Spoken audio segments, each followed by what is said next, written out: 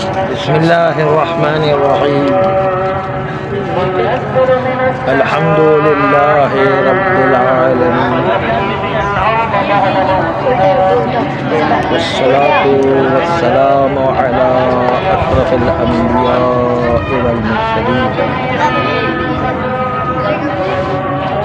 وآله الطيبين الطاهرين المعصومين المنتجبين، ولعنة الله على أعدائهم أجمعين من الآن إلى قيام يوم الدين.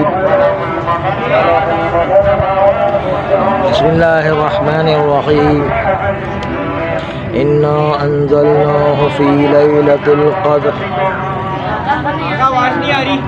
وما أدراك ما ليلة القدر. ليلة القدر خير من 1000 شهر. تنزل الملائكة والروح فيها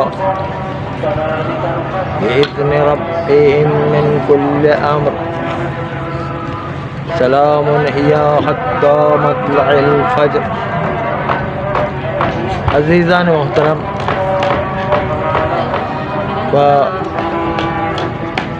سورہ انا انزلنا میں شب قدر کے سلسلے میں یہ کہا گیا کہ تم سمجھ ہی نہیں سکتے کہ شب قدر کیا ہے. ویسے تو باقی اور حیوانات سے انسان کو اشرف المخلوقات قرار دیا صرف اس لیے کہ انسان کے پاس عقل موجود ہے.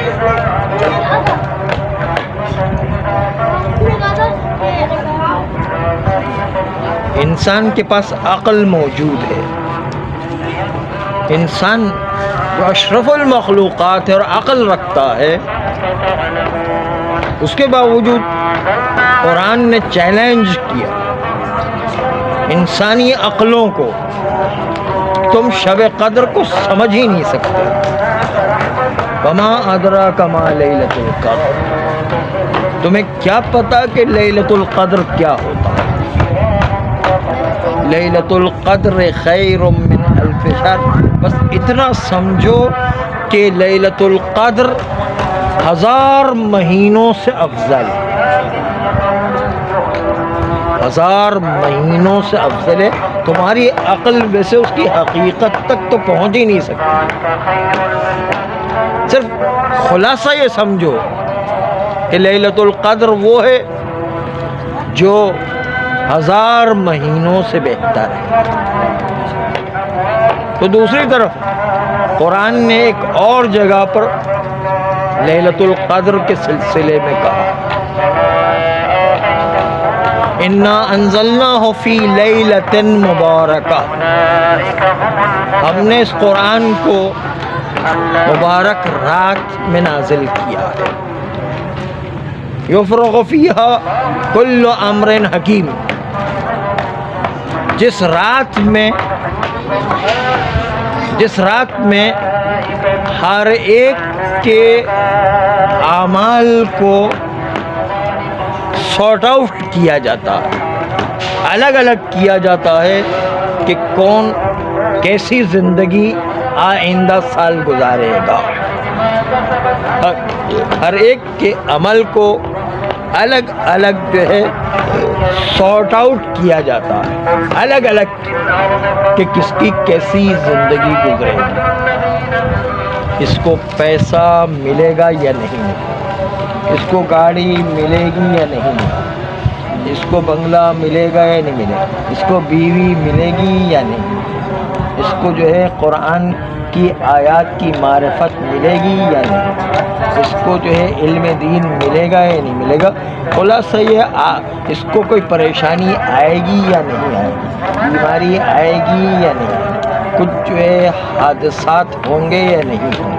کچھ جو ہے پریشانیاں اور مصائب آئیں گے کہ نہیں آئیں گے، ساری چیزیں سارٹ آؤٹ کیا جاتا ہے، الگ الگ کی جاتی ہیں، اور سارٹ آؤٹ کر کے ہر ایک کی زندگی کو، پوری سال بھر کی زندگی کو انسان کو معین کیا جاتا ہے۔ لیلۃ مبارک، مبارک رات میں اللہ نے قرآن کو نازل کیا، یفرق فیہا کل امر حکیم، جس رات کے اندر اللہ نے حکمت کے ساتھ جو بھی کام بھیجے ہیں اس کو سارٹ آؤٹ کر کے ہر ایک کے نام اعمال کو الگ الگ کر دیا جاتا ہے۔ تو شب قدر اس کی ہر سیکنڈ انسان کے لیے انتہائی قیمتی ہے، ہر لمحہ انسان کے لیے انتہائی قیمتی ہے، ذرا بھی آج کی رات ضائع نہیں ہونے دینا، اور وہ فجر کی اذان تک آپ کو مہلت ہے کہ آپ اپنی تقدیر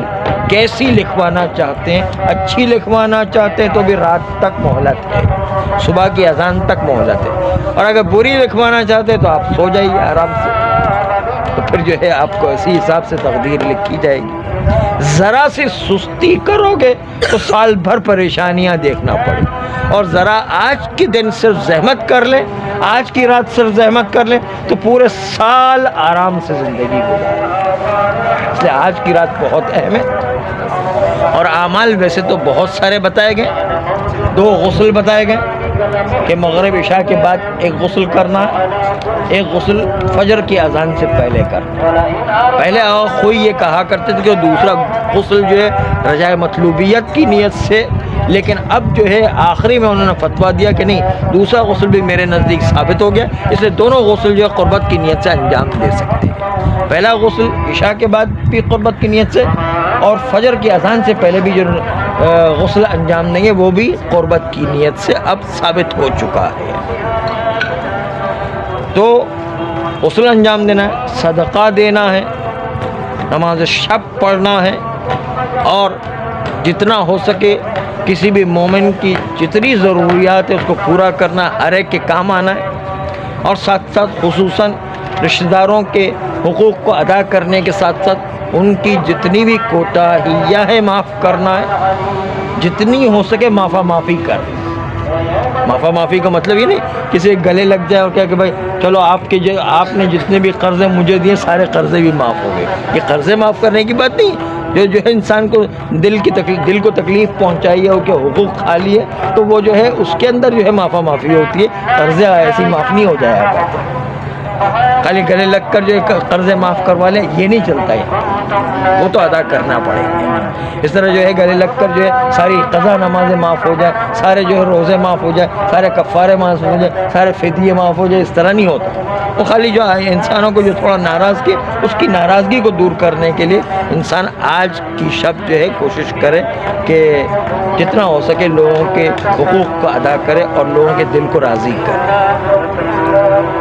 آغا محسن کی انتباہ تبائی اور شیخ عباس قمی انہوں نے مفاتح الجنان میں بھی یہ لکھا ہے کہ ویسے تو اعمال شب قدر کے بہت سارے ہیں، انشاءاللہ آپ اعمال کی کتابیں پڑھتے بھی ہیں اور ساتھ ساتھ جو ہے مسجدوں میں اعمال بھی کروائے جاتے ہیں، وہ اپنی جگہ پر، لیکن ایک جملہ جو ہے سب نے لکھا کہ آج کی شب شریعت کے مسئلوں پر ڈسکس کرنا اور شریعت کے مسئلے یاد کرنا، شریعت کے مسئلے سیکھنا سب سے زیادہ ثواب اسی میں، شریعت کے مسئلے پر ڈسکس کرنا یعنی مسائل شرعی سیکھنا، مسائل شرعی کو یاد کرنا، مسائل شرعی پر عمل کرنا سب سے زیادہ اہمیت رکھتا ہے اعمال میں۔ چنانچہ اسی پیش نظر آج آپ کے سامنے ایک مسئلہ پیش کر رہا ہوں، بس اس کو تھوڑا پھیلا کر کے آپ کے سامنے پیش کروں گا۔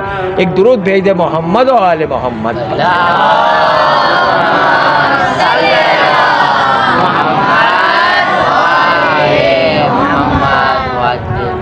جس شخص پر خداوند متعال کی طرف سے احکام الہی انجام دینے کی ذمہ داری آتی ہے اس کو مکلف کہتے ہیں۔ مکلف یعنی جس پر تکلیف آتی ہے، جس پر اللہ کی طرف سے احکام آیا کرتے ہیں، مکلف جو ہے اس کی 4 شرطیں. نمبر 1 انسان زندہ ہو. نمبر 2 انسان بالغ ہو. اور نمبر 3 انسان قادر ہو، قدرت رکھتا ہو، عاجز نہ ہو. اور نمبر 4 انسان عاقل ہو، عقل مند ہو، بے وقوف یا جو ہے وہ پاگل نہ ہو. یہ 4 شرطیں. نمبر 1 زندہ، 2 بالغ، 3 عاقل، 4 قادر.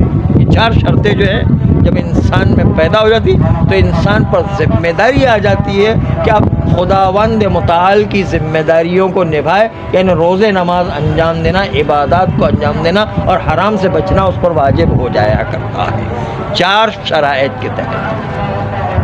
پہلی چیز تھی زندہ. اس کا مطلب یہ کہ جو بچہ پیٹ میں ہے ماں کے، وہ اس پر کوئی ذمہ داری نہیں ہے. اور اسی طریقے سے کوئی آدمی بوڑھا ہو کے مر گیا ہے قبر میں تو اس پر بھی جو ہے اللہ کی طرف سے کوئی ذمہ داری نہیں ہے. مرے ہوئے انسان پر یا ابھی پیدا ہی نہیں ہوا ہے اس پر اللہ کی طرف سے کوئی ذمہ داری نہیں ہوا. نمبر 2 بالغ ہونا چاہیے. بالغ 3 چیزوں سے انسان بالغ ہوا کرتا ہے. نمبر 1 عمر کا تقاضا. نمبر 2 زیر ناف شرمگاہ کے اطراف سخت قسم کے بال اگانا. اور نمبر 3 منی کا خارج ہونا. یہ 3 چیزوں سے انسان بالغ ہوا کرتا ہے. آئیے ایک ایک کو ملاحظہ کریں گے. عمر کا تقاضا کیا ہے کہ مرد حضرات اسلامی اعتبار سے 15 سال مکمل کرنے کے بعد 16ویں سال کا پہلا دن، پہلا گھنٹہ، پہلی منٹ، پہلی سیکنڈ میں بالغ ہو جایا کرتا ہے. جس ٹائم پر وہ پیدا ہوا اس کے دوسرے منٹ پر وہ بالغ ہو جایا کرتا ہے. دوسرے سیکنڈ میں وہ بالغ ہو جایا کرتا ہے. بس 15 سال اسلامی گزارنے کے بعد 16ویں سال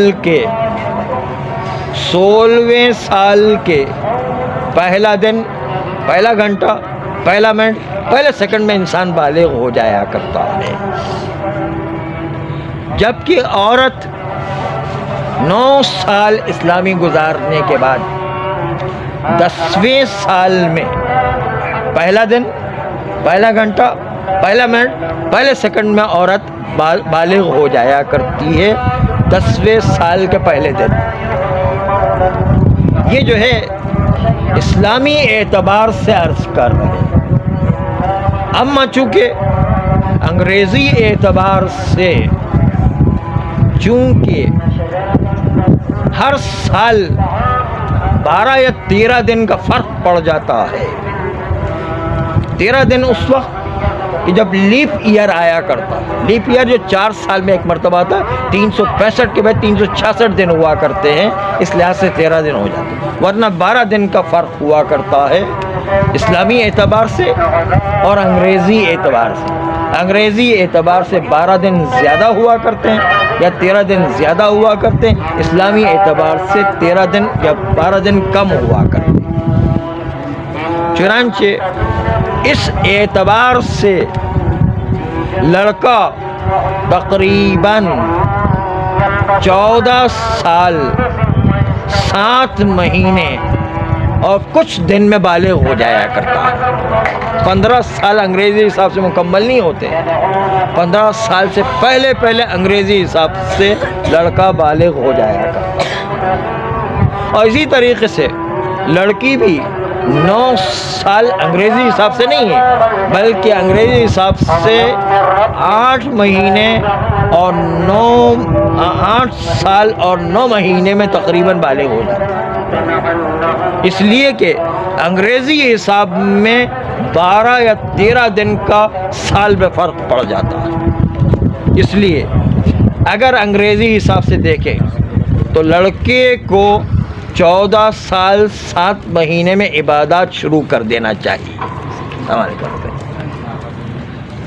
لڑکے کو 14 سال اور 7 مہینے میں عبادات شروع کر دینا چاہیے اور حرام سے بچنا لازم ہو جاتا ہے. اور لڑکی کے لیے 9 سال پورا ہونے سے پہلے 3 مہینے پہلے یعنی 8 سال اور 9 مہینے میں لڑکی عبادات کو انجام دینا شروع کر دے گی، کیونکہ وہ مکلف اور بالغ بن جاتی ہے. بس پہلا جو ہے طریقہ جس سے انسان بالغ ہوتا ہے وہ عمر کا تقاضا ہے. 15 سال اسلامی یا انگریزی حساب سے 14 سال اور 7 مہینے کچھ دن، اور 9 سال اسلامی لڑکی کے لیے، اور انگریزی حساب سے 8 سال اور 9 مہینے کچھ دن. یہ جو ہے کہلاتا عمر کے تقاضے کے اعتبار سے انسان بالغ ہوا کرتا ہے. دوسری چیز جس سے انسان بالغ ہوتا ہے وہ ہے شرمگاہ کے اطراف سخت قسم کے بال اگانا. اس کا مطلب یہ کہ نرم بال نہیں چلیں گے، جس طرح ہاتھوں میں روئیں کی طرح نرم بال ہوتے وہ نہیں، بلکہ سخت قسم کے جیسے داڑھی کے بال ہیں اس طرح کے سخت قسم کے بال اگنا چاہیے. اور وہ صرف جو شرمگاہ کے اطراف چلیں گے، مونچھوں پر آ جائے، داڑھی پر آ جائے، بغل میں آ جائے، سینے پر آ جائے، کمر پر آ جائے، یہ بال اگنا کوئی بالغ ہونے کی علامت نہیں. بالغ ہونے کی علامت صرف اور صرف شرمگاہ کے اطراف جو بال اگتے سخت قسم کے، وہ صرف جو ہے بالغ ہونے کی علامت ہے. باقی جو ہے ہر بال بالغ ہونے کی علامت نہیں. اسی طرح آواز کا موٹا ہو جانا یہ بھی بالغ ہونے کی علامت نہیں. حیض کا آ جانا یہ بھی بالغ ہونے کی علامت نہیں. بالغ ہونے کی علامت صرف یہ کہ شرمگاہ کے اطراف سخت قسم کے بال اگانا. تیسری چیز ہے مادہ منویہ کا خارج ہو. جب انسان سے مادہ منویہ خارج ہو، چاہے مرد ہو چاہے عورت ہو، چاہے جاگتے میں ہو چاہے سوتے میں ہو، جان بوجھ کر کے ہو یا غلطی سے ہو یا بے خبری میں ہو، کسی طریقے سے مادہ منویہ انسان سے نکلا ہے، چاہے مرد ہو چاہے عورت ہو، تو اس سے مادہ منویہ کے خارج ہوتے ہی انسان بالغ ہو جاتا ہے. چاہے ابھی 15 سال کا نہ بھی ہوا ہو، چاہے بال نہ بھی اگے ہو، پھر بھی جو ہے مادہ منویہ کا خارج ہونا اس سے انسان بالغ ہو جایا کرتا. بس 3 چیزیں جس سے انسان بالغ ہوتا. نمبر 1 عمر کا تقاضا، نمبر 2 سخت قسم کے بال شرمگاہ کے اطراف اگانا، نمبر 3 مادہ منویہ کا خارج ہونا. لیکن مادہ منویہ کا خارج ہونا 3 چیزوں سے ثابت ہوگا. تینوں چیزیں ہوں تو اس سے ثابت ہوگا کہ مادہ منویہ خارج ہے، ورنہ انسان کے پیشاب کے مقام سے بہت ساری تری نکلا کرتی ہے. وہ منی ہر لیسدار تری جو ہے وہ منی نہیں ہوا کرتی ہے، بلکہ جو ہے وہ مزی ودی وغیرہ بھی ہوا کرتی ہے، اور وہ پاک ہے اور اس کی موجودگی میں غسل کرنے کی بھی ضرورت نہیں، کپڑے پاک کرنے کی بھی ضرورت نہیں ہے، اور جو ہے جسم کو پاک کرنے کی بھی ضرورت نہیں، وضو کرنے کی بھی ضرورت نہیں، غسل کرنے کی بھی ضرورت نہیں. اس لیے جو ہے پہلے ان علامتوں کو دیکھیں کہ یہ مادہ منویہ نکلنے کی 3 علامتیں ہوں تو پھر وہ بالغ ہوگا. نمبر 1 انسان کے ذہن میں شہوانی خیالات ہیں. نمبر 2 کہ اچھل کر کے نکلے. نمبر 3 نکلنے کے بعد انسان کو نیند کسی کیفیت طاری ہوگی. یہ 3 علامتیں موجود ہو تو مادہ منوی ہے، ورنہ جو ہے اس سے بالغ نہیں ہوتا. خالی لیسدار مادہ نکلنا اس سے جو ہے انسان کو نہیں کہا جائے گا کہ مادہ منویہ خارج ہوا. بس 3 چیزیں جس سے انسان بالغ ہوتا ہے. نمبر 1 عمر کا تقاضا، نمبر 2 زیر اطراف شرمگاہ سخت قسم کے بال اگنا، نمبر 3 مادہ منویہ کا خارج ہونا. بس 3 چیزیں آپ نے ملاحظہ کی، اور 4 چیزیں تھیں مکلف بننے کے لیے. نمبر 1 زندہ ہو، نمبر 2 بالغ ہو، نمبر 3 عاقل ہو، عقل مند. عاقل سے 2 قسم کے لوگ نکل جاتے ہیں. نمبر 1 پاگل نکل جاتا ہے. اور نمبر 2 وہ لوگ جو کمزور عقل والے ہوتے ہیں. کمزور عقل والے 3 افراد. نمبر 1 فرتوت جو بالکل بوڑھے ہو گئے ہیں. نمبر 2 ایب نارمل یعنی وہ بچے جو شروع سے ہی ذہنی طور پر کمزور پیدا ہوتے ہیں. اور نمبر 3 ٹارزن. ٹارزن جو ہے وہ بھی عقل کے لحاظ سے کمزور ہوتا ہے, جسمانی لحاظ سے پہلوان ہوتا ہے, وہ ہاتھی اور شیر کو بھی پچھاڑ دیتا ہے, لیکن ذہن کے لحاظ سے بہت کمزور ہوتا ہے. ابھی عرض کریں گے. تو آئیے عاقل سے 2 افراد نکل گئے. نمبر 1 پاگل, کہ پاگل جو ہے اس کو کیا پتہ. ایک دفعہ ایک بیوی نے اپنے شوہر سے پوچھا کہ اگر میں مر جاؤں تو تم کیا کرو گے؟ تو اس نے کہا میں تو پاگل ہو جاؤں گا. کہا پاگل ہو جاؤ گے تو صحیح ہے, لیکن بتاؤ دوسری شادی کرو گے یا نہیں کرو گے؟ کہا پاگل کا کیا بھروسہ, وہ کچھ بھی کر سکتا ہے. تو بات یہ ہے کہ پاگل آدمی جو ہے اس کے اوپر اللہ کی طرف سے کوئی احکام نہیں آیا کرتے ہیں. چنانچہ پاگل آدمی, پاگل کی بھی 2 قسمیں ہیں, پاگل اطباقی اور پاگل ادواری. اطباقی جس کا پورا پیریڈ پاگل پنے میں ڈھپا رہتا ہے, اس پر ابھی بھی نماز روزے واجب نہیں ہے, قضا کرنا بھی واجب نہیں. پاگل ادواری وہ ہے جو کبھی ٹھیک ہو جاتا ہے کبھی پاگل رہتا ہے.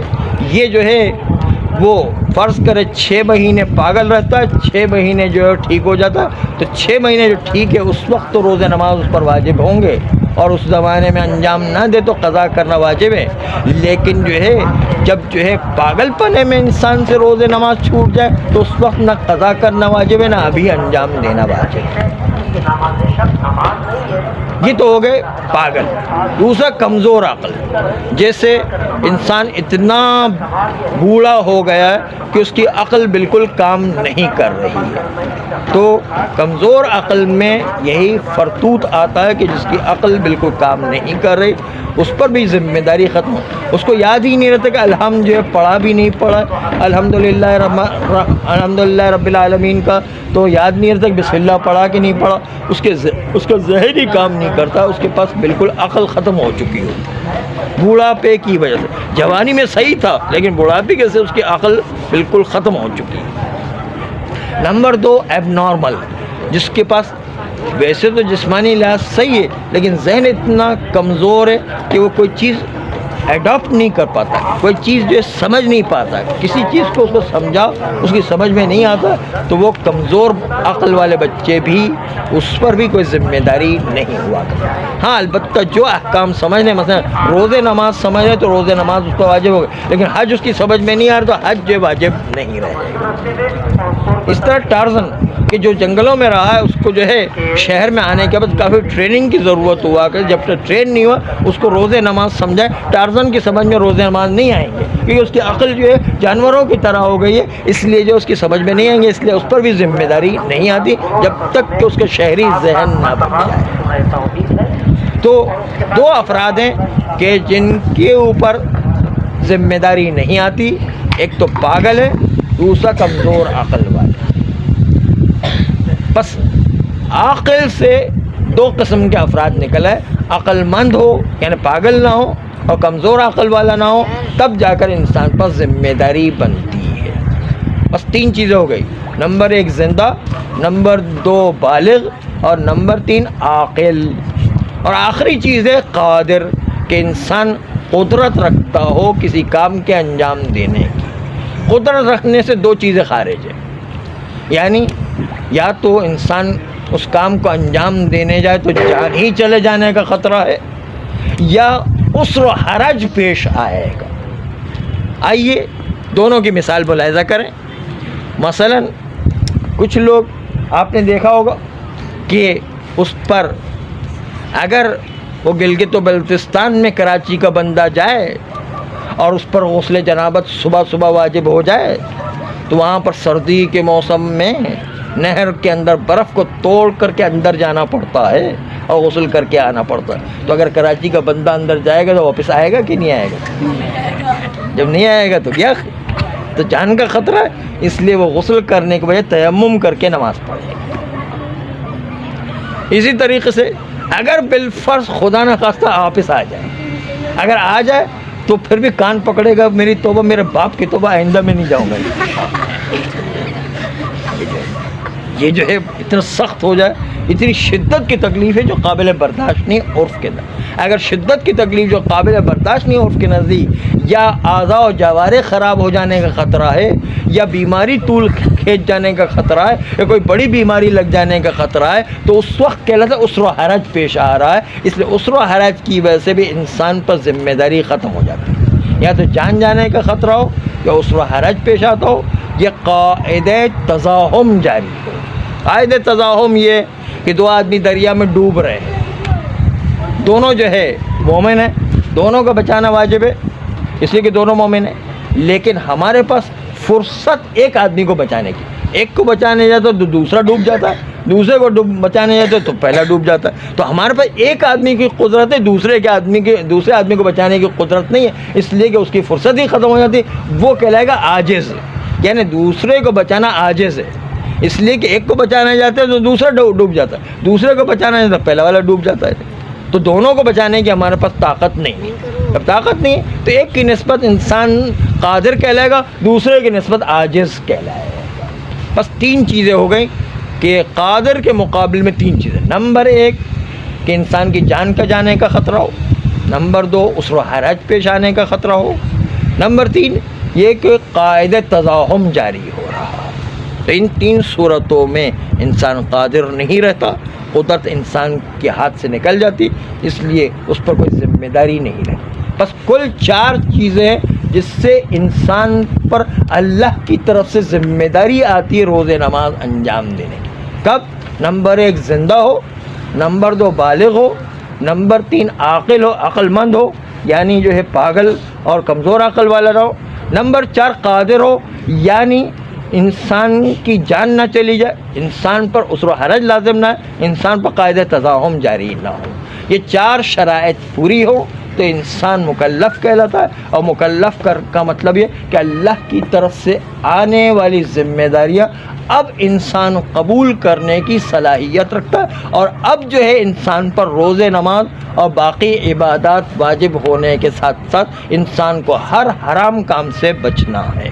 چنانچہ آج کا سب سے قیمتی عمل انسان شریعت کے مسائل سیکھے، اس لیے آج آپ کے سامنے شریعت کے ایک مسئلے کو پیش کیا کہ انسان کب مکلف ہوتا ہے اور مکلف کی شرائط کیا ہوا کرتی ہیں. ایک درود بھیج دے محمد و آل محمد. کسی کو کوئی سوال ہے تو پوچھ سکتے ہیں.